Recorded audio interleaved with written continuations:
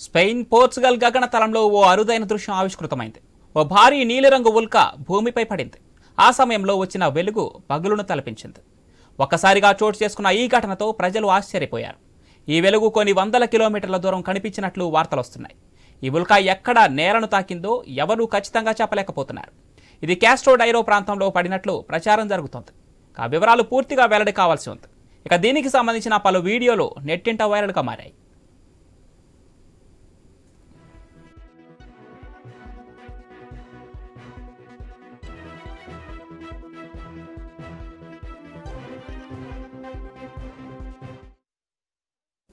Spain Portugal గగనతలంలో ఓ అరుదైన దృశ్యం ఆవిష్కృతమైంది.